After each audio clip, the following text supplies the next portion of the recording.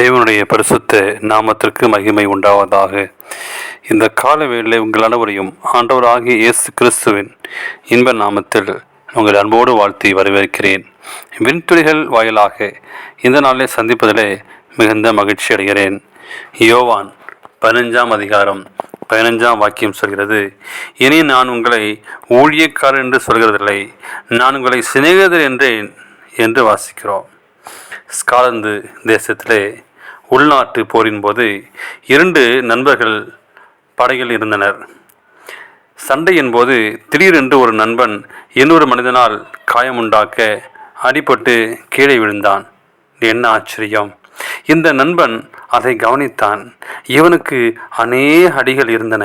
ஆனாலும் இப்படிப்பட்ட சூழ்நிலை மத்தியிலும் இவன் அவன் அருகில் சென்றான். அவனை மெதுவாக தூக்கி கொண்டு சென்றான். பக்கத்தில் உள்ள ஆஸ்பத்திரியோ அதிக தூரமாய் காணப்பட்டது. ஏனெனில் இருவருமே காயப்பட்டிருந்தனர். திடீரென்று தூக்கி கொண்டு போன நண்பன் மயங்கி கீழே விழுந்து விட்டான். இப்பொழுது இருவருமே விழுந்து கிடக்கின்றனர்.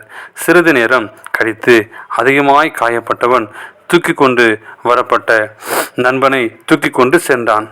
உண்மை நண்பர்கள் என்றுமே தங்களுடைய நட்பையும் தன்னுடைய நாட்டுக்காகவும் தியாகம் செய்கிறார்கள்.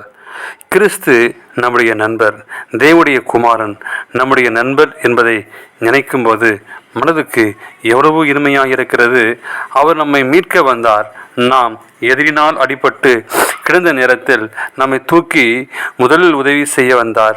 நமக்கு விடுதலை தேவைப்படும் போது நேரத்தில் நமக்கு விடுதலை தர வந்தார். இன்னும் நமக்காக அவர் பரிந்து பேசி கொண்டிருக்கிறார். நம்மை நம்புகிற ஒவ்வொருக்கும் அவர் நம்பிக்கையுள்ள நண்பராகவே இருக்கிறார். ஆகவே நாம் தனிமையாக இருக்கிறோம் என்ற எண்ணம் நமக்கு தேவையில்லை. நம்முடைய குடும்பத்தார் வெறுக்கும் போது, நம்முடைய மனைவி பிள்ளைகள் வெறுக்கும் போது, நம்முடைய நெருங்கிய நண்பர்களும் நம்மை கைவிடும்போது, ஏன் நம்முடைய சபை விசுவாசிகள் கூட, நம்முடைய சபை குடும்பமும் நம்மை விட்டுவிடலாம், அருகில் உள்ளவர்கள் நம்மை விட்டுவிடலாம், சமுதாயம் நம்மை கைவிடலாம். ஆனால் கிறிஸ்து நமக்கு உதவி செய்ய வருகிறார்.